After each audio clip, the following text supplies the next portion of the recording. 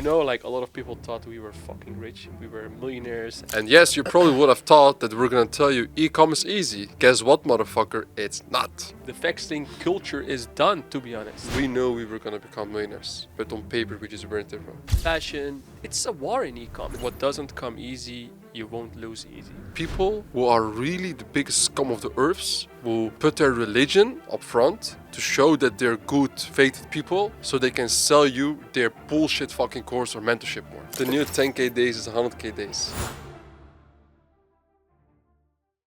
Alright, ladies and gentlemen, episode 03 of the Ilkhan Podcast. I'm here together with my brother. Introduce yourself, brother, for those who don't know you. For the ones that don't know me, my name is Fatih Ilkhan, business partner and brother of Faruk. I'm 30 years old, married, I have a son, been in eco for 6 years now. Nice. That's it. And I'm Faruk Ilkhan, the 9th best dropshipper in the world. It's true, right? 9th best? The 9th best dropshipper in the world. Yeah, bro. 9th best. That's true. Anyway, guys, so today we're going to be talking about a whole lot of interesting topics. Well, first of all, the topic I want to talk about with my brother is about flexing culture. That's what we're going to talk about.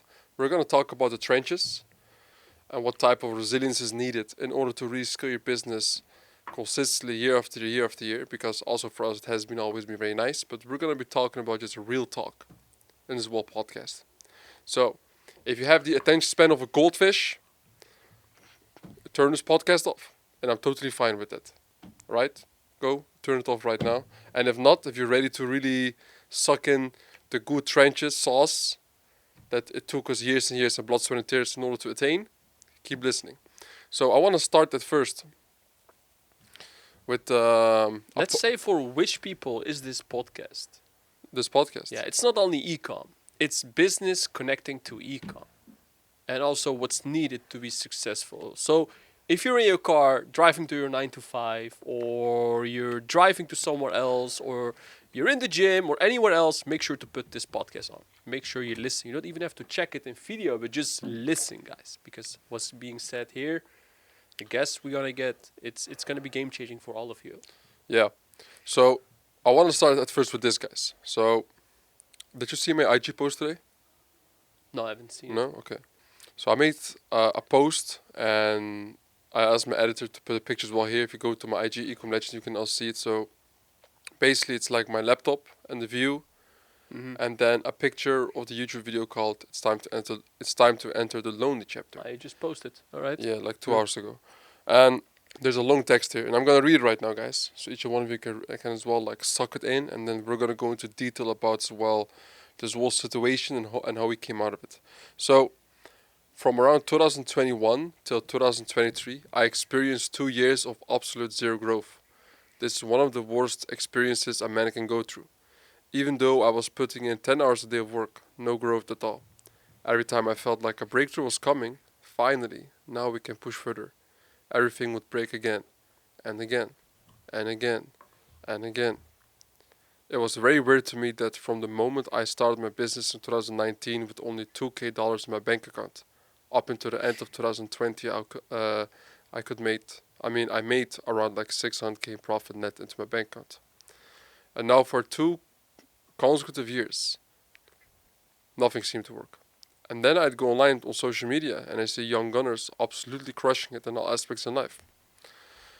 And then in mid 2023, everything seemed to click again. Now what did I do different this time? Nothing. Absolutely nothing was different. Now why does it suddenly all work again?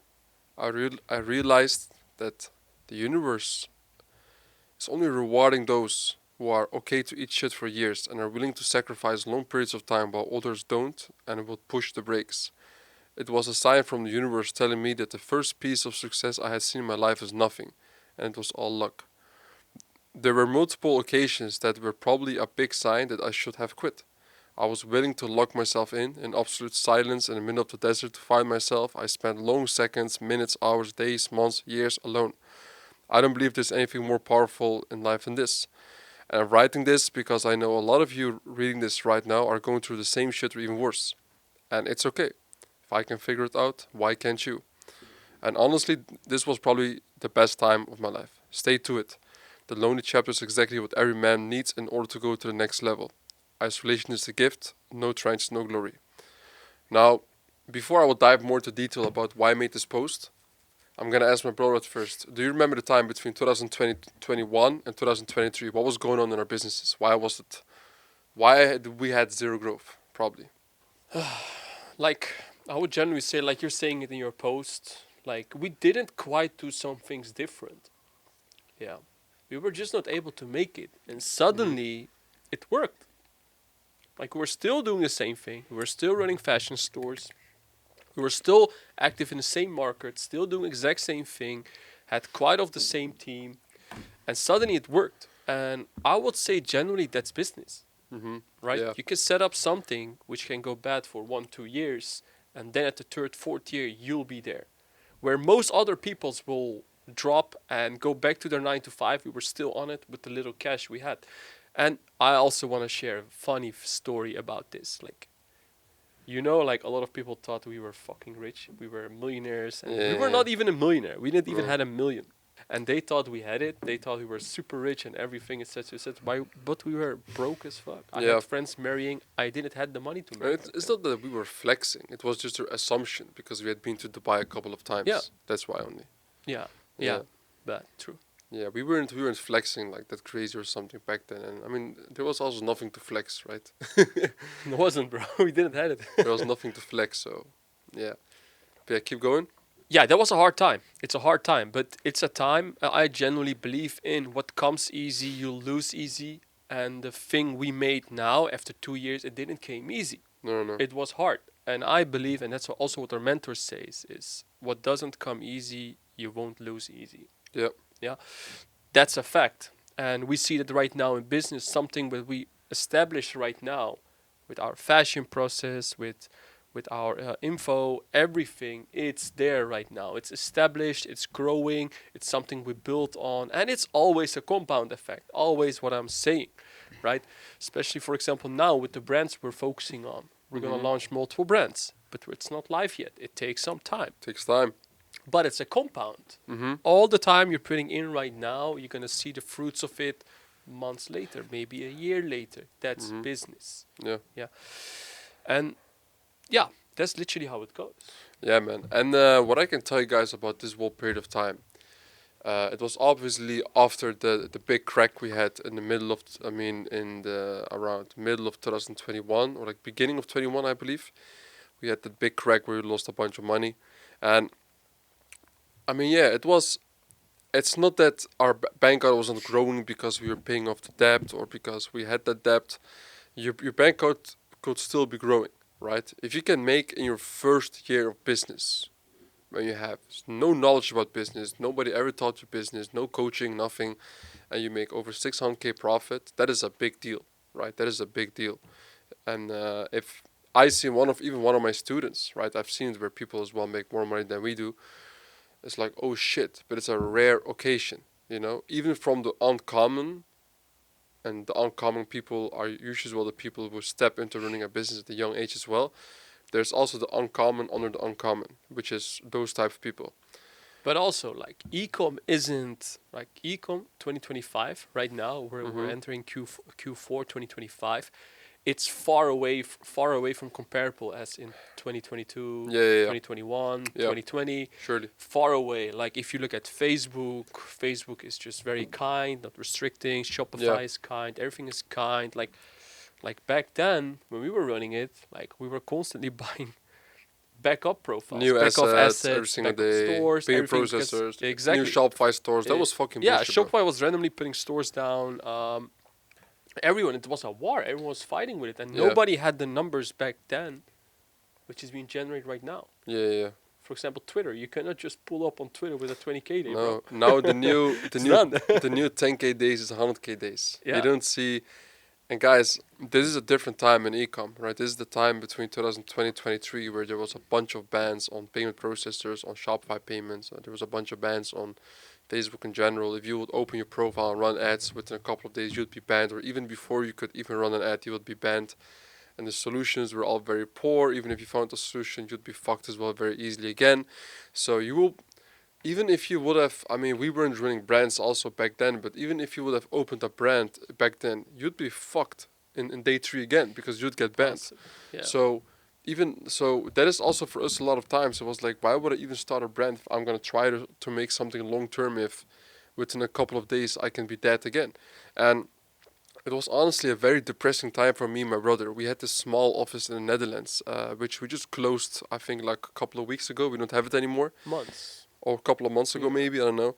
And because we'd worked so hard in the office, at home, and it wasn't like us that we were going out or that we had some other issues in our life or private shit that had an effect on it. Honestly, the only reason that was going on is for me still hard to point on, but I just think it's the universe in a lot of ways. Because yes, if you're gonna work for 10 years in dropshipping and e-commerce, you're gonna of course make more money if you're gonna be a farmer for 10 years, right? Or at least if you do it properly e-com. Not always is guaranteed, but if you do it the right way, of course you will. So when I say that as long as you work hard and you keep striving and you keep believing and you just keep going and going and going, there's no way you're not gonna come there. I don't mean that in every single type of business or work you can enter, right? As I said about farmer. So we know we were in the right direction, but it just wasn't our time yet. We know we were gonna become millionaires, but on paper we just weren't there, in that moment.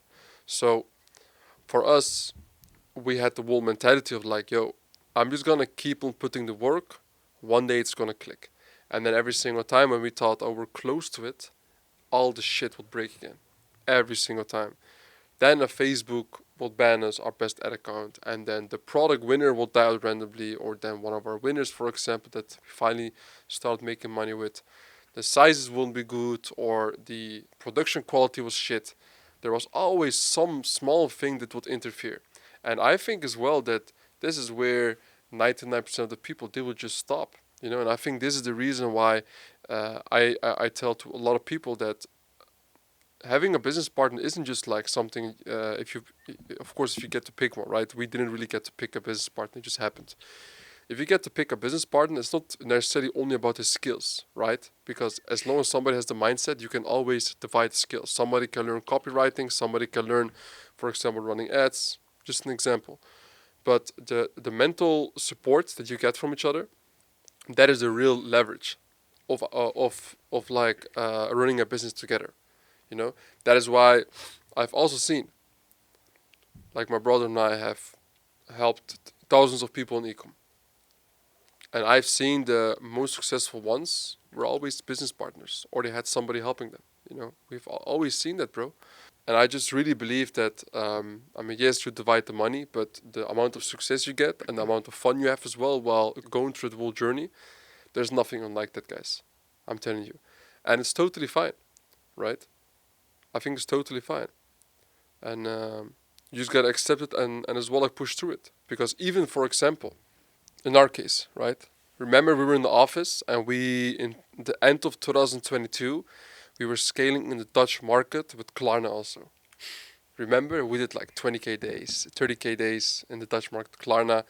Germany, a lot Yeah. of markets. Yeah. So we had some cash up front, and then 2 months later, the whole Klarna was going down.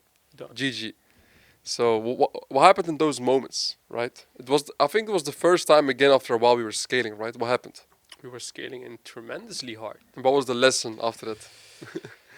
Take business more serious, and that it's not only about the front end numbers you're doing. So with that I mean like it's not only the revenue you're doing on your stores, but it's also about how are you taking care of the revenues you're doing.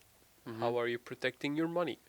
Like all the multinational companies, yeah, they also think like this. How are we going to protect the revenue we are making? Because they need to end up being profitable. If they don't end up being profitable, they'll be losing money. Mm-hmm. So eventually, Yeah. they're always about how are we going to protect our money. So that's a very important thing. And the moment we figured that out and focus more on that, that's the point we managed to be able to be profitable. But Yeah. at this point, we lose so much money, and it was a very big lesson Yeah. to take care of things different. But that was the end of Klarna. Yeah. We ended with Klarna. After that, Klarna yeah. is like I don't want to say things I don't want to talk too bad about Klarna, but Klarna is just not for dropshippers. And I would No. even say I know big brands, very big brands that operate and do multiple 8 figures a month. They even stopped with Klarna. Yeah. Like the biggest fashion retailer in the Netherlands, they even stopped with Klarna. Mm-hmm. Imagine. Mm-hmm. So Yeah. don't I use agree. Klarna, guys. Like it's impossible. I agree, bro. Really. It's not for us. It's not for dropshippers. Yeah.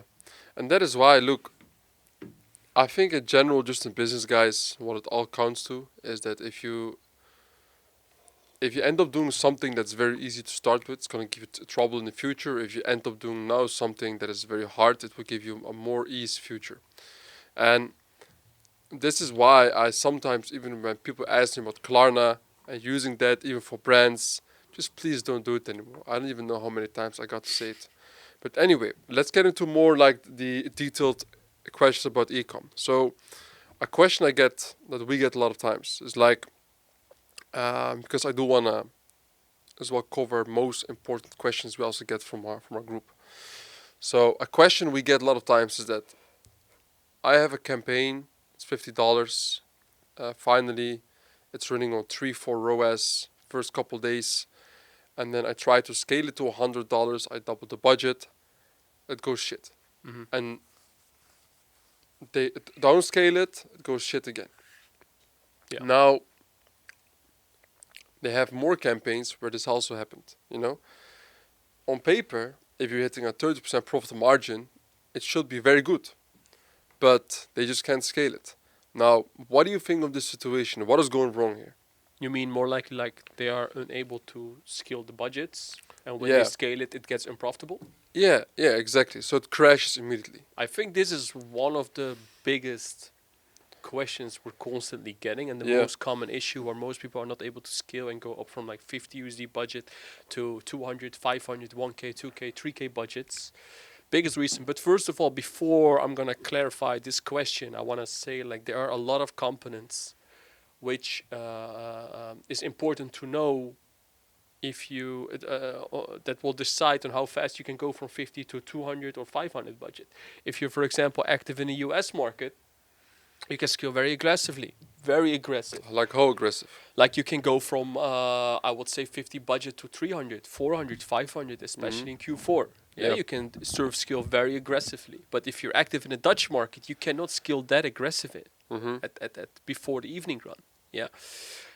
But if you're gonna check it by day on what's the best way to scale it, first criteria, look at your market, right? Mm-hmm. Which market are you active? If you have a big audience size market like the US, then you know you can go from 50 to 200, 300 more easy than if you're, for example, only active in the Dutch market, which is a way smaller market. Yeah, with a maximum audience size of 20 million. So you cannot go from 50 to 200, 300 that easy as US. That's Yeah. one thing you gotta know. Which market are The you market. active in? Yes. Yeah. Second thing, what are you selling? Okay. Mm-hmm. What's the product? Is it unisex? Is it only for gender wise? Like, what are you selling? Yeah, if you can go unisex, you have a wider audience size. That also opens up markets and audiences for you. Yeah. Fashion. Fashion is a product that is the most profitable niche on Meta ads to make profits in your front end. We have run supplements ourselves as well in January. We've seen it, right? 1.2, 1.3 ROAS. We were sharing it with people that were scaling supplements, and they said, "Whoa, that's very nice." Yeah. But what if we do 1.2, 1.3 ROAS with fashion? That's very bad. It's horrible. Yeah. You cannot hit the fashion ROAS people doing with supplements, but they have MRR. Different story. I don't want to get into that right now, but just an example. Second thing, what's also very important that's going to decide, and I think this is one of the most important ones, if you can go from 50 to 200, what's the lifetime cycle of the campaign? Yeah, how many days has the campaign been running? How much in total spent have you been doing on the campaign? Yeah, I'm getting to hear some questions from students. Hey, I'm not able to scale my 50 USD budget from 50 to 300. Then I ask him, hey, for how many days has this campaign been active? How much in total spent have you done? What's your overall ROAS? What's your break-even ROAS? All right, I get the questions. I get the Yeah. answers on the questions. And then I say, all right, bro, where are you talking about?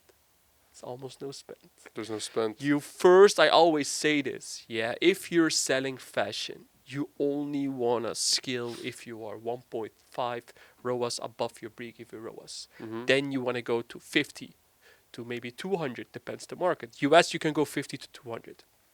Netherlands, you need to go from 50 to 100. Germany, you can go from 50 to 200. Yeah. Big audience size, you can make bigger steps. Mm-hmm. Yeah. Always hop from 50, 100, 150, 200. So if you sum up all these criteria with all the things I just said and tick all the boxes, that's how you just need to scale. And there is no further other explanation about Mm-hmm. healthy increasing budgets to increase your budget. Yeah. That's what I would say about this. I can talk even more longer about this. This is an endless topic, which Yeah. you can even do a whole podcast of. But Oh yeah. Yeah. I would say this is summarized the best way. Yeah. Of which course. you could do it. You gotta tick the boxes. That's especially with ads. Like how many times have we had this situation? For example, right? Like we do consistent M a month with fashion. So, how many times a month do you see that campaigns running on 50 highly profitable, and you try to scale it to 200, 300, or even like 200? Mhm. It just crashes, and you can never scale it again. Just you thought it It was good, but happens. it's shit. It's very random, and I would say this is a very media buying thing. And still to this day, I still check the ads. I still do most media buying times. I check the ads at least 2 times a day. Mm-hmm. Yeah, which is at first in the early morning run. We call it the early morning run, Yeah. which is store time zone 8 a.m. And I check it before the evening run, which is between 5 and 5:30 p.m. store time zone, because these moments are right before the peak times Yeah. So of you our can serve store skill. time zone. So you can serve skill. either like decrease high budgets from 1K to maybe 500 if the performance is bad, or you increase the budgets from 1K, for example, to 2K, 3K. Mm-hmm. Yeah, because especially in US, we are right now only active in the US, by the way. Especially in US, you gotta be on serve scaling because it's a bidding war. Mm-hmm. Yeah, this is more advanced, I would say, but Meta is a real bidding war. And I've had situations where some people came to me, hey, I lost the bid. I see a message, I lost a bid. Which means the guy decreased the budget too much and someone else with the same products, similar creative, took over the bid. Yeah. That's the bidding war. Yeah. And that's why I'm saying, like, you cannot decrease budgets also too fast. Otherwise, you lose the bid and your ROAS will drop. Yeah. So you gotta know the sweet spot of your campaign, and you gotta know what's happening in the market. If you don't know all these things, not gonna work. It's gonna be hard. So I want to talk as well a little bit more about the side of hiring, right? Hiring, because I don't think it's that special to talk about how you can make your first 100K revenue with ecom. You know, that's like the basics. But I want to talk more about how you scale from 100K to like $1 million a month of revenue, you know? And one of the first things that comes to it is systems. So in terms of systems, how do we navigate with our team? How strict are you? Right? Because I mean, I think I'm strict sometimes, but I believe my brother is a fucking demon. You know, he's a way better operator than I am. So, what can you tell me about how you hire people, right? And how we have built as well those systems? Because I remember when we were doing at some point a consistent 100K a day, and you were maybe working for a couple of hours a day. I was gaming a lot. Yeah, you were just playing games. You woke up, you check your ads a little bit. You're playing games all day. I think you put even the most hours ever on COD back then, and we were just Oh. pushing 100K days. But I was too comfortable. But I had crazy systems. But it was working, Good hires, good you know. systems. And the reason why it broke after, why we weren't doing 100K days after, wasn't because you were comfortable. It had some other issues. Mhm. But how have you done that? That is the question. What kind of systems are in place? What makes you so comfortable, right? How have you put on your team? Because even if you build good systems, you also under you need good operators. So how have you built that from absolute scratch to how it is right now? Like, you always want to keep your systems as simple as possible. Yeah, and you got to decide first of all your budget for hires. Mm-hmm. Now I keep the salaries always low. I try to keep the salaries as low as possible. Yeah. Because we all know fashion it's a war in e-com. It's It's very war. competitive. Profit margins It's a are margin very war. thin. even brands doing similar margins as fashion stores. It's very thin. You got to be very sharp on every dollar coming in and every dollar coming out. And I'm the type of guy it's very strict on his employees, very strict on all the costs, very strict on apps cost, all the softwares we're using.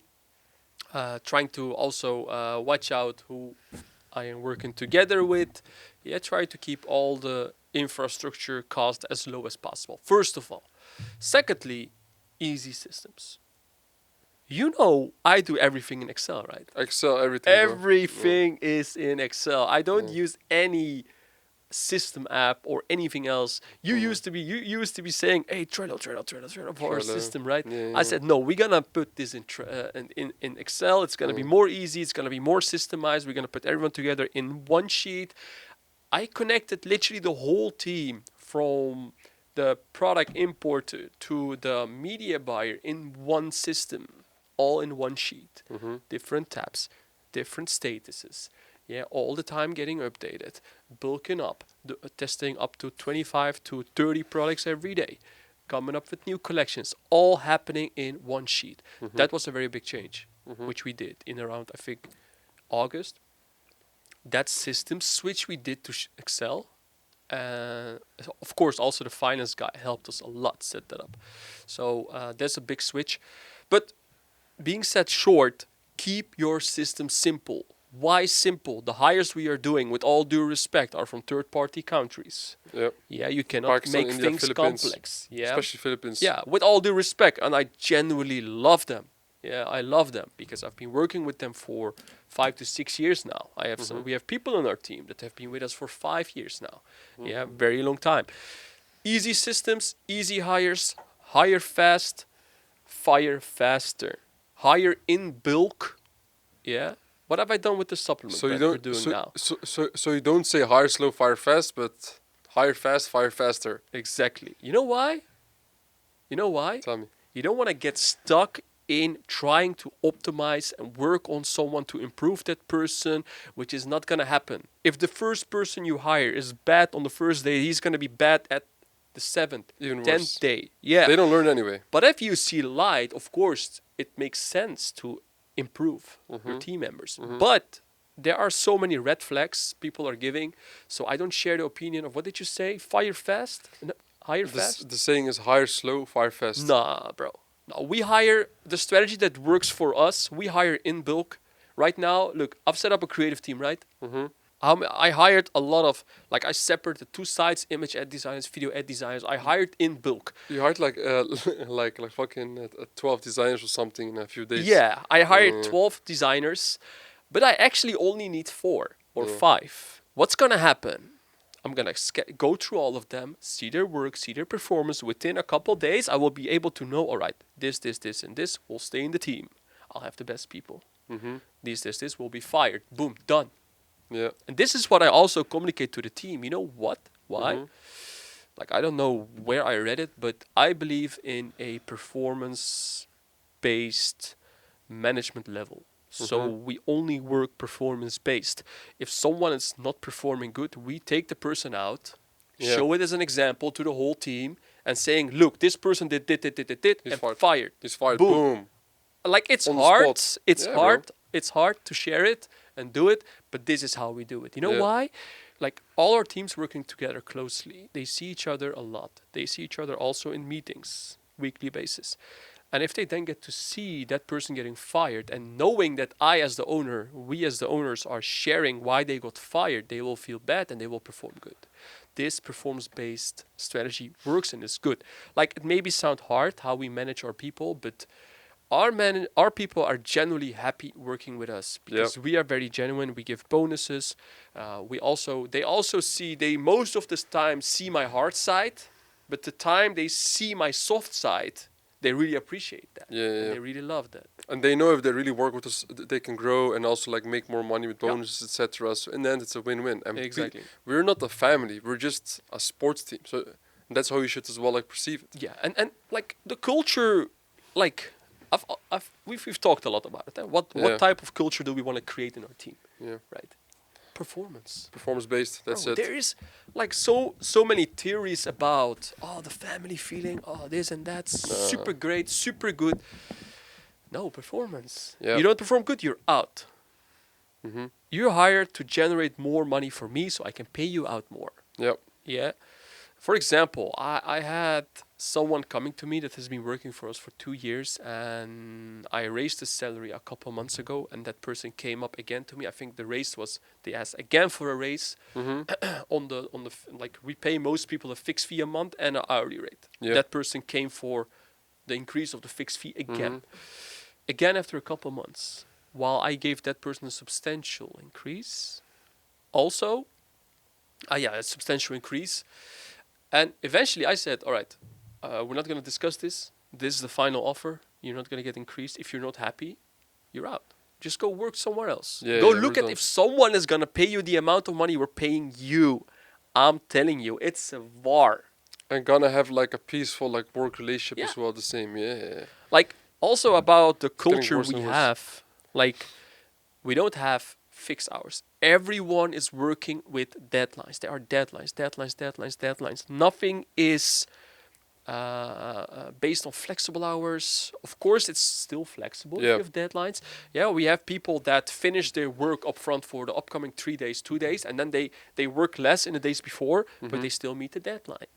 I think this is even more flexible than Yeah. having, hey, just work a couple hours per day or this and that. No, all deadlines. And this is something I would advise everyone. So in your Yeah. process sheet you have with Meta, native ads, or anything else, work with deadlines, Mm-hmm. because that's something that's going to really change. You know, The I way don't people will really work. read so many books anymore as I used to do about a year ago. But the book that made the most impact on me, or one of the most biggest impacts, is the book by Elon Musk, the book of Elon Musk by Walter Isaacson. Check it out, guys. The biggest lesson I've got from the book, it's like 500-600 pages, is you gotta be delusional every single day with the deadlines and with the outcomes. So if you guys maybe know, Elon Musk has been saying for the last 20 years he's gonna go to Mars in a couple of years. Still hasn't happened. But the amount of progress he's made in this amount of time, nobody has ever made. And we have never in our whole lifetimes, a million of years, been this close to going to Mars because of that. And the way he operates, let me tell you guys. So Elon, of course, he runs Tesla, SpaceX, X, aka Twitter, Neuralink, robots, and all that shit. All the companies he has those companies only with one goal, with going to Mars. Every single of these companies have an impact if they go to Mars. Why the robots? If you want to go to Mars, like humans can't breathe. You need people to build it up, robots. Why Neuralink? Like the Neuralink is a crazy chip as well, and with all the AI shit he's doing, he has that. Also for one of the reasons with Mars, I believe it was something with the robots to make them smarter and also for people to heal them. And number two, guys, for example, with Tesla, I mean, it's like the way he's operating that whole company, right? And the whole goal he has with going green and shit, you need that if you want to go to Mars. And SpaceX, of course, makes sense, right? It's fucking rockets that he's building. And even for him, he has fired people from his team that were the best of the best for years, and he fired them. Why? Because he put certain unrealistic deadlines that they couldn't meet. And he fired people you would never believe in your life that he would fire them.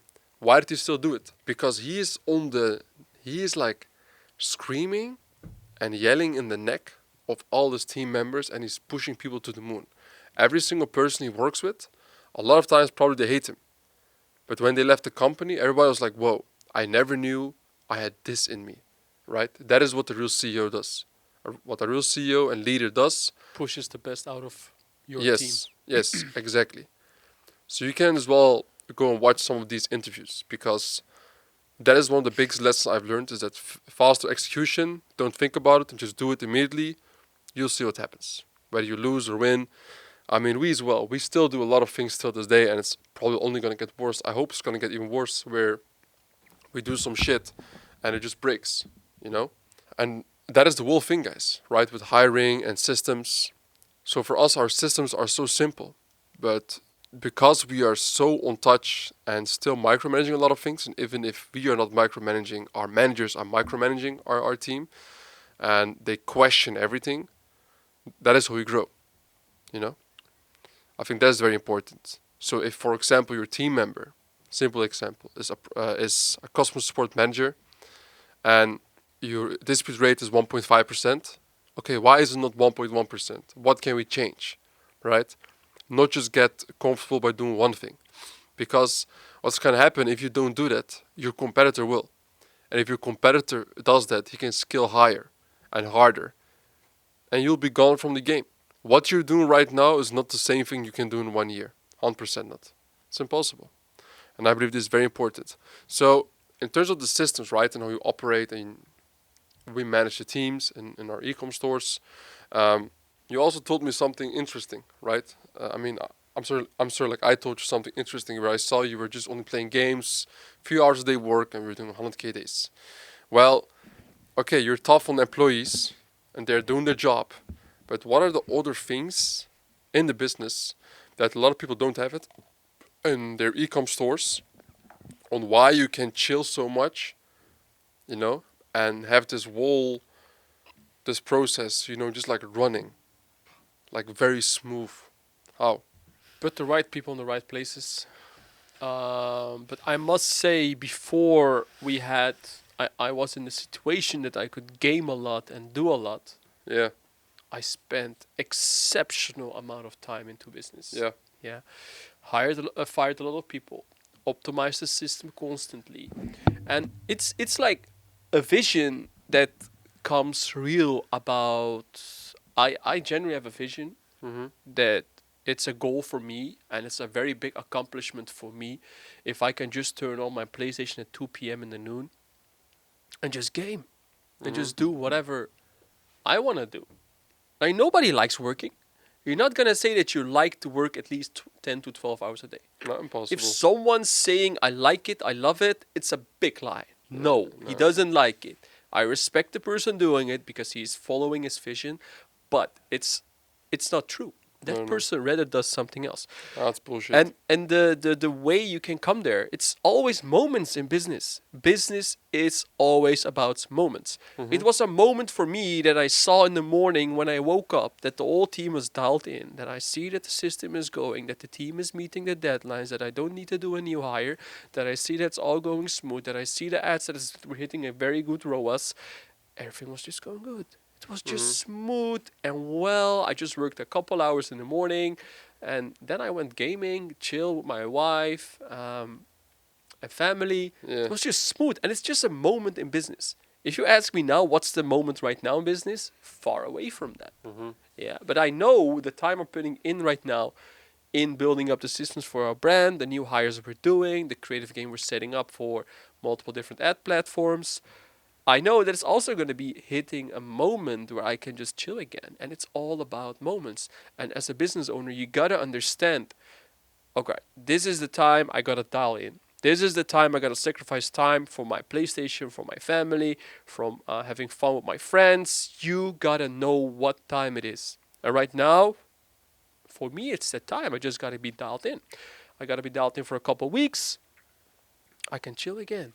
Mhm. Right? That's how it goes. And it's all about the systems you're building. And one thing I really also want to say, really, really visualize things, build up the things, and bring it up to a point where you can work way less in moments because you don't want to be too much in the micromanagement as well. Like, I'm still a lot in the micromanagement, but generally speaking, after 6 years, like, it boosts the revenue being this involved in the micromanagement, of course, but it's not worth the time Yeah, for yeah, the yeah. extra revenue. So Headache. yeah, so in Q4 we were doing 93K a day, right? Yeah. The one where we have a course, the one we have a video on, Case study on YouTube, guys. case study on 0 YouTube. to 93K in a day in 20 days. Yeah, Yeah. like, if I was more involved in micromanagement there, that 93K could have been 120, 130, maybe 140. It Mhm. could be, Mhm. but I would have to sacrifice more time of my other time. But that's something that's always going to happen. But I would still say generally try to outsource everything as far as you can. But there's one thing that you cannot outsource too much. That's media buying. Yeah. Really media Product buying. research a little bit also, but we have did Product it research, quite well. We did quite well, but media buying a lot It's of more the times. market research. The Yeah. market research which I was still checking myself, but it's something I automatically do. I wake up, check the market, what's going on there, what do the competitors do, talk with the product research, market research. The product research is actually also a market researcher because that person is coming up with new things being sold by other competitors, And new angles. new creative angles, new store approaches, stories in stores, all the new things. So I'm still involved there, but the media buying is one thing you cannot really outsource. It's hard, Yeah. and it's kind of the media buying part really feels like you control it so much. Like if you give it away too much, you're gonna have a very big drop in your Yeah. revenue. If you do it yourself, it's good. But I have the benefit that I sleep late and I can check things as well at that time, which is taking just a couple minutes, and that couple minutes is generating a substantial big difference in the revenues we're doing. So it's worth it. Facts. Yeah, bro. Right, guys. So, next topic I want to open, right? Because these were some econ golden nuggets. Is about flexing culture. So remember, we were actually about to change a lot of stuff about our euros, right? Maybe even put like a Mansory kit. We were thinking of maybe some carbon stuff, and then we had to arrange a lot of stuff, and and then we were like, Wait for the parts. wait for the Long parts and s- whatever, long story. and we were like, my brother and I aren't really car fans. Are we gonna be more happy if you make our car Mansory? Not really. Yeah. What is the benefit for us? Even if you guys think you're gonna say to me, Faruk, You're if a you- guru. you're a guru. You if should you're need it. if you're gonna do it, the car you're gonna make a Mansory, you'll get more eyeballs. You're gonna make more money. First of all, guys, I want to say this. Not only me, us buying the euros and all of these flex stuff, it doesn't even add up to me selling more mentorships or me selling whatever it may be or more views. You can look up the numbers every single time I flex something. My following doesn't give a shit about it. If I post a video, a case study on how we made $1 million revenue in a month, we get like 20k, 30k views. When I surprised you, which with the 80k watch, This one. 1.4k views. Yep. And I'm actually very happy about it. It means that we have done something good where people are not following us for the flex. They are following us for who we are. They are following us of all the lessons we've had, and we give it out for totally free every single day on YouTube. So this actually makes me happy and gives me more hope in the world. So when we were about to upgrade the euros to like a Mansory kit, I mean it's not cheap, guys, I can tell you. We didn't do it. You were like, bro, what is the point of it? And then what, right? Because there's always another level. And look, guys, I'm not saying I'm never gonna buy another car again or another watch, right? We bought the euros because it's fun. That's it. It's just fun. And even It's a when dream car. even when we bought the euros, what kind of views or more money did we make? I had 10k views on my vlog. 10k views, nothing. What kind of money am I supposed to make with that? People don't really care about it. They just want to see who are you. Can I trust you, right? Like how legit are you? And believe me, a blue euros, it even does the opposite. People will think you're more guru. But I mean, we still bought it because it's fun. Genuinely just fun. I said it on my IG story yesterday. I said it's just fun that one day if I get to have a son, I can say like, hey, did you buy a Lambo in your 20s? No? Okay, work harder, motherfucker. That's just the whole thing. And this is what made me as well like ask you, right? What do you think of this whole flexing culture online? Do you even follow any of that shit? It's done. The whole flexing culture is done. Yeah. Right? You see people in US buying cars from 2 million, leasing it, selling it after a couple months, maybe Yeah. losing 30k, 50k on the car, but Yeah. making And at the selling other side courses. 200, 500k buying the car. Yeah. So it's done. Like not only this example, but this whole flexing game is done. Yeah. Yeah, and why it's done. like it's unlimited, Yeah. right? People have already seen it. People have seen the biggest flex, and what are you gonna do? You're gonna buy. You buy a 250k car, then a 350k car. Nobody cares, right? It's done. The flexing culture is done, to be honest, Yeah. right? The only thing which is interesting, and I like this shift. I like this shift. What happened generally, yeah. The only thing that clicks and generates views is your numbers you're doing with your business Yeah. and the education. Yeah. It's These like, two combined, and this is perfect. I like it. yeah, I love that, I bro. love it. I love it. That So is it's a how we good got switch. big. That is how we got big online, bro. That's how we got all this shit. And I want to also say something. Um, you see it more and more, right? Online, young core sellers buying all these crazy supercars. I mean, in Dubai, when you see it, it's often like most people in Dubai, they don't buy the cars; they just rent the cars. So 99%. yeah, I mean, like obviously, guys, we bought the euros in cash, right? No financing, no leasing, nothing. We just paid 250 cash immediately in literal cash, right? I had all that like in my the Louis Vuitton duffel bag. I put it all inside. I went it, bought it, and went out of it. Boom, bro. There's a Miami place, right? I think it's Cario or some shit. I see people on Twitter talking about it. You pay 10% down on a car, and then you pay maybe 5 or 10k a month. You have one of the world's craziest supercars. That's crazy. Like there's for example people like you saw this guy TGR, he bought this Koenigsegg, big respect by the way, bro. 3.5, 7 million. I don't know how expensive the car is, big respect.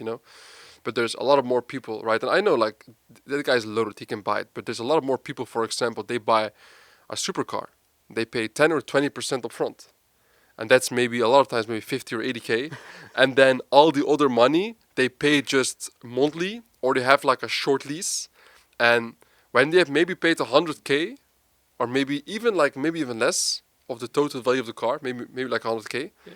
they sell the car and they buy another supercar. Oh, another course launch. Boom, another supercar, and they sell it, another course launch. And then it just keeps going, going and going and going and going again, till there's a moment that's like, bro, what car are you still gonna flex? Like, what is more out there? And remember when we just started like posting online, we were discussing like, what do we wanna show to people? And in our case, it was just like, yo, we just wanna show how much fun we're having in life, how and as well like we're teaching everybody the right way and the shit we went through, and give people all those lessons. And that was pretty much it. But that whole scheme, it kind of scares me sometimes. Where a Scary. lot of people get trapped into it. Um, yeah, man, it's kind of scary route, bro. So guys, watch out for most of those Miami people. It's a scary world out there, bro. C8 Corvette. Bro, I You think know that the car, I C8 think I Corvette? think the Dutch market, the Dutch gurus are more disgusting. Most Oh, Dutch gurus, oh yeah, well, there's so the many. TikTok Dutch gurus especially, Fucking are horrible. so much more. Are the most disgusting. Yeah, it's It's fucking. it's unbelievable. Like so many gurus in the Netherlands. Like I don't quite know the Miami market, but Yeah, so many gurus out of the Netherlands that have done maybe 100k, 200k in revenue yeah, become yeah. a guru. Become guru, bro. Disgusting. And show how you can do ecom. And that is difference between. It's like guys. In 99% of the guys who buy supercars or just cars in general in Dubai, they buy it cash. There's no leasing shit here in Dubai, or as far as I know, there's not. And guys, like I tried to lease my car in Dubai. It took me 4 months, right? This is what happened to Euros. I was gonna buy it even like we were gonna buy it way earlier. So we were trying to lease it, pay maybe 20% upfront, 20 or like 30, something like that. We wanted to pay upfront, and bro, we just got with the bank, calling, boom, boom. My contact was trying to help me. We just couldn't get the car leased. It just didn't work. I mean, of course, I could pay cash, but bro, if I can pay 20 or 30% upfront, and then all these 70 or 80%, I can put that money in stocks or in crypto or even in real estate. The ROI I can make on that by just paying an extra few percentage, like more money, is totally worth it, in my opinion. Not only my opinion. So this is why, of course, I understand why these Miami guys are leasing all these cars, right? I would love to do it also. Smart. It's good. It's very smart, but bro, it's not that they're that successful. They just found a crazy scheme and they just pull it off every single time. Don't get trapped to it. If you're watching somebody or you want to learn something from somebody, or you're gonna buy a program from anybody, I don't give a shit if it's from us or somebody else, right? Always make sure that this person is actually doing and making money with the business he's about to teach you. Because the whole scheme now is just becoming such a great marketer out there, where you show them a skill that, or like some strategies that the guru has done maybe like 6 or 10 years ago, you know? And now because he can't make profit anymore, because he's not really in the trenches anymore. He just makes a few IG stories and collects some cash with coaching. And before you know it, after 1.5 year, you don't see them anymore. That's what happens every single time. Scary world out there, guys. Really watch out. I want to ask you something, right? About scaling as well to, let's say, like 1 million months very consistently. We had this whole down period between 21 and 2023. And then after that, slowly it came back again. I'd say in the start of 24, you know, so it took a while for us. And what have you seen? The differences about why nowadays we can go also way harder, right? I think it's the payment solution that we have, right? 90%. 90% the payment solution instead of just only skills, right? Because look, we had like a great contact who introduced us to a bunch of really crazy people from China, you know? Investors. Yeah, bro. Crazy guys. And they brought us into this great solution that changed a lot for us, which still to this day people don't understand why it's so important to have the proper payment infrastructure. You know, not just one that a lot of random guys are selling, right? Because most of these guys who are selling payment infrastructures, they're not making money with ecom know what's themselves. so- you and know- they're not using the payment infrastructure themselves also like Yeah. we do. So maybe talk about it. You know what's so extremely stupid? That you hear people saying, hey, I rather have 5% to 10% rolling reserve lifetime compared paying 1.5%. Wait, let me get some water. Yeah? Compared paying 1.5% more in transaction fee. Let me tell you this, guys.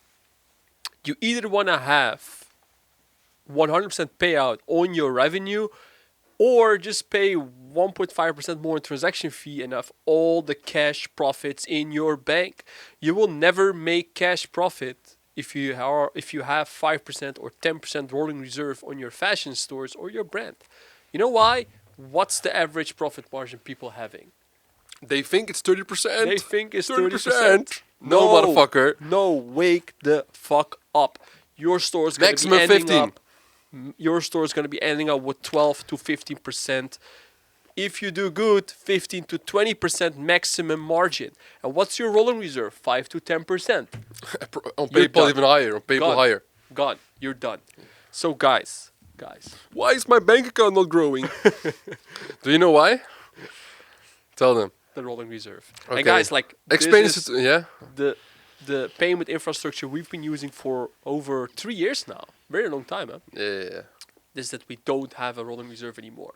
We got our rolling reserve capped at 100K, which is being taken as a guarantee for our investors for bridging all the cash that's happening. Yeah. Our PayPal has 10% reserve, getting bridged. Our Ocean Payments, Airwallex has 10% reserves, getting bridged. All getting bridged to make sure we get our cash profits in our bank. And for this service, we only pay 1.5% more in transaction fee. And then you have all these stupid dorks, all these stupid damn brainless dropshippers saying, hey, my PayPal has 2% pay transaction fee. Yeah. Fuck no, you. No, motherfucker. 4%, 4.5%. Piece of shit. Yeah, go Idiot. do the math. Piece of the scum of the earth.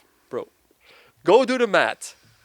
If you collect 29.95 USD from your client, how much of that 29.95 is going to end up cash in your bank? If you ever do the math there, from your PayPal, you collect it, it gets minus, you pay a fee, and then you want to pay that money out from your PayPal to your bank, you get again round over, you pay another fee, which is on average 4.2 to be more accurate, to 4.5%. Guys, come on. Wake up. And this is the real dark side of Real. dropshipping Come that on. gurus will never talk to you about. And maybe even I'm making it hard for more people to start dropshipping. Because if you guys know me, yes, we do ecom. Yes, we run a mentorship program. And yes, you probably would have thought that we're gonna tell you e-commerce easy. Guess what, motherfucker? It's not. And there's a lot of dark sides to it. A lot. Even though I help people, I charge people a bunch of money. We charge people a bunch of money to join our group because it's hard to help people. It's not easy, right? But it's also we not like it. easy. We like it. And it's It's hard to yeah, share all it's these value. it's not easy for us to teach these people, but it's also for the persons entering the group not easy to scale with ecom. But this is the whole point of the game. This is the dark side of the game. The dark side of the game is that, or the good side, what they tell you about, is that where you make every single month consistently 100K in revenue, you only have a cost of good of 30%, only advertising spend of 30%, and then what happens? 40% profit margins, 40K profit a month, la la la, you have a good life, you go to fucking Disneyland Paris every single weekend, and you get all the hosts, you have an amazing life, right? That's what they portray you about this shit. And you watch a day in the life of some like fucking piece of shit Miami scammer in a C8 Corvette telling you how to run a business. He's just selling you mentorships every single time, right? That's what you see. But what the real shit is that 40% you have, deduct transaction fees, 4 to 5%, sometimes even more. Deduct as well that you have enrollment reserves, which is 10 to 15, sometimes even 20% on skill. Deduct also employee costs. Deduct as well the VAT that you have. Deduct as well the profit tax that you pay and the dividend cost that you have as well, because you probably don't live in Dubai and you have to send all that money from your company bank account to your personal bank account. Like, my brother, he made a bunch of money and paid a bunch of taxes in the Netherlands with his Dutch company. He knows. He paid a bunch of taxes, right? He moved to Dubai a couple months ago. I know, something like that. It was painful. Yeah, it was But painful. it's normal. It's Yeah. worth it. To be Yeah, honest. of course, right? Of course. This is like the game. But this is the reality, guys. So how much do you keep there from the 100K? The real profit to your company bank account probably is around 10 to 15%. My friends were scaling to 9 figures a year. I've seen their P&Ls. It's not because most people think, oh, you're running fashion, so your profit margins are lower. I have friends who are running skincare brands to 9 figures a year. Bro, these motherfuckers also are running on a... 12 to 15%. Yeah. Fashion, brands, 12 to 15%. Guys, this is the that's how it reality. goes. With fashion, you have a cheap team. Brands, you have a more expensive team, higher other costs, a lot of other things getting involved in it. Yeah. 10 to 12 to 15% profit margin with whatever you do. Yeah, and guys, Exactly, guys. guys, So don't get me wrong. I'm not trying to scare you away from this business model, because the biggest benefit of this business model is the skills endless, right? For example, besides our ecom business, we have a coaching business and we have our backend business. We can't scale that shit to the moon. It's hard. It's all based on people. People think when I post an IG story saying that I have 3 spots left in my one-on-one coaching for the upcoming week, they think it's a marketing tactic. No, I don't have unlimited good coaches in my company, because it's hard to really trust somebody that can actually help my clients who pay thousands of dollars to join our group for one-on-one coaching. So people think I'm not, bro. It's just hard to really have good people in your team, right? Because I'm very picky, and this is why our quality is so good. Same for our backend agency, for example. We cannot get like hundreds of clients. We'd love to, but you can't. we even reduced the We clients. reduced it We because even it's reduced- all man-made. But with ecom, yeah, you hire some more people, but the leverage per person you have in your team can go up to 1 million. You can scale. You just bump up the budgets. yeah. That's it. You just bump up your ad spend, and you make more money, bro. And something that never changed. And this is why the business model is so hard, because if something clicks and if something works in your business, you just bump up the budget, right? With literally one click, and you can become a millionaire within a year, bro. It does this shit. I've never seen this anywhere, but that is why it's the most stressful business model out there, because it's not for the weak. Guys, I made a tweet a couple of weeks ago. I said that agency owners are 99% failed dropshippers. It is true. Like, I mean, guys, a big shout out to agency owners who are really running up good shit, don't have a high churn rate. I have also these type of people in my circle. But most of them who I meet, they're just failed dropshippers. They just couldn't run it up because there's so many aspects you have to cover. Anyway, guys, this was a little bit of a rant. I think it's good, bro. We should roast more people.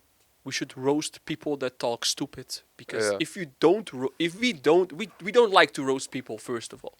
But if we don't roast people that talk stupid, share brainless things, you as a viewer will get damaged, because the Yep. stupid things that guy or that person is sharing will damage your business, and we are here to avoid that of happening. That's why we are a bit more harder on all the things, because guys, like we were just talking about the payment solution, the payment infrastructure we have been using for over 3 years now. And guys, I feel so sorry for all the people not having this, because this is something you need. Would we still run fashion if we didn't have this payment infrastructure? No. No. God no. Would we still do all the numbers we are doing right now if we didn't have this payment infrastructure? No. No. No. Would we launch the brand now if we didn't had this payment infrastructure? No. No. Will we still run stores? No.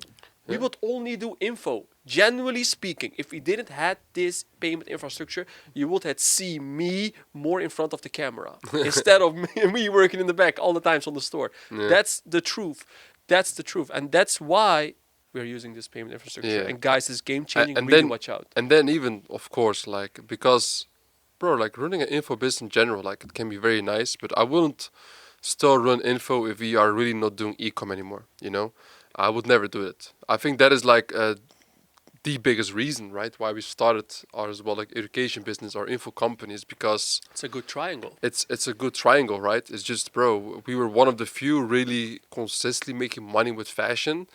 Why not teach it to other people as well the right way and make the whole e-com community more clean, while we make more profit out of it and we enjoy it, you know? And we get more relations. Yeah, bro, it's bro. Stronger Bro, relations. you remember I started this whole ecom legend shit just because I wanted to have a better network, and it paid off because we got to the right people, we got connected to. So how this happened, for example, also guys with this payment solution and this whole payment processing is, we had our very good friend, his name is Abdu, aka Living Hustler. Shout out to you, my brother. Right, he connected us to a guy, will connect us to another guy, will connect us to another guy.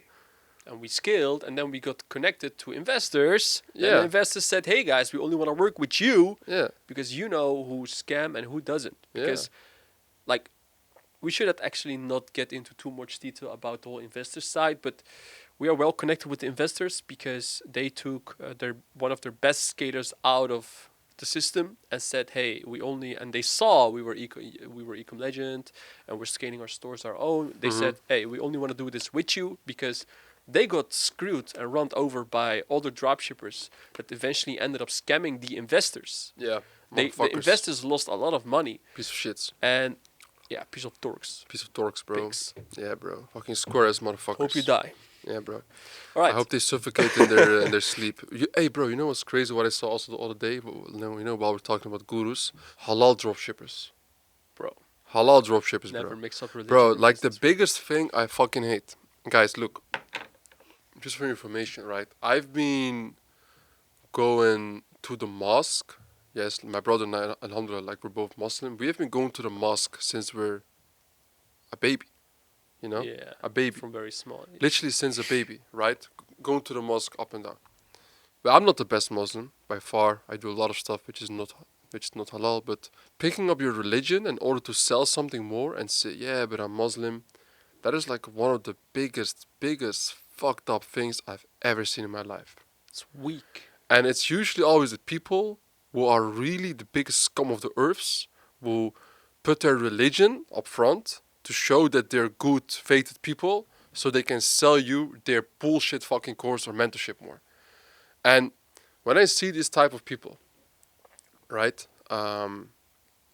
and I never did it myself. Like, people, of course, know I'm Muslim, I'm Turkish, right? And I never post something if I do something religious, and I do it all on purpose because I just like to keep that stuff private, you know, because I am not the best Muslim, and my brother also, I mean, he can judge for himself. But using your religion in order to sell halal done for you e-commerce Shopify stores, halal mentorships, it's like, bro, do you really want to go there? Do you really want to go that place? And it's funny because the same people were doing this shit and using their religion to win your trust and to sell them their bullshit shit is all the people I have not seen again after a year. When I meet somebody, bro, you know what? You know what to do. Always, we check this person's history. How long has he been doing this? If somebody has been doing something new every single year, it's like, bro, we know what you're trying to do. You're just scheming everybody, and then you do another thing. You're just scheming everybody, and now you're doing another thing. Same shit with that. Have you also seen those, like those halal I've dropshippers? seen some things, but it's disgusting. And I like, you should be afraid of karma. There Yeah, is bro. karma. There Honestly, is, bro. like, the things you do today will hit you tomorrow. We Yeah. genuinely believe in that. Yeah. Yeah. If you can grab and earn 10 on a very dirty way, yeah, from which you know karma will hit you, but if you do it clean and you'll earn 5, go for the 5. Believe me, bro. Yeah. That 5 will be more consistent. That 5 will generate you eventually way more money than that 10 that you could take within a day. Yep. Believe me, guys. Yep. Build up. Do not fuck up your reputation. You're gonna need your reputation. Yeah. Business is not only for today. Business is forever.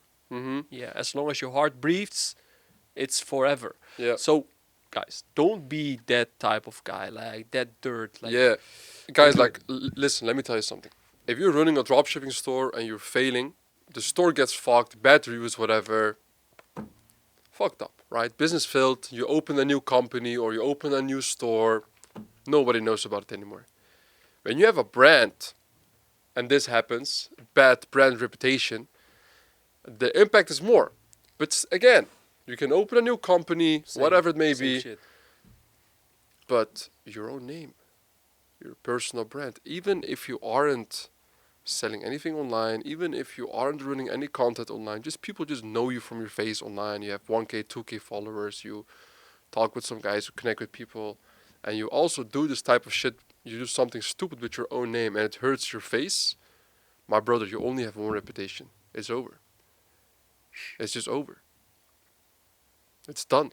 And generally, like, It's done, bro. You can't come back because your face, it's your face. yeah. You know, it's over. This is why I don't think people actually understand like how important it is. And my brother said something good about the universe, because I talked about the universe also in my IG post, because I really believe that, yeah, it could be very easy also for us now to start a black hat store, right? To just run up crazy shit.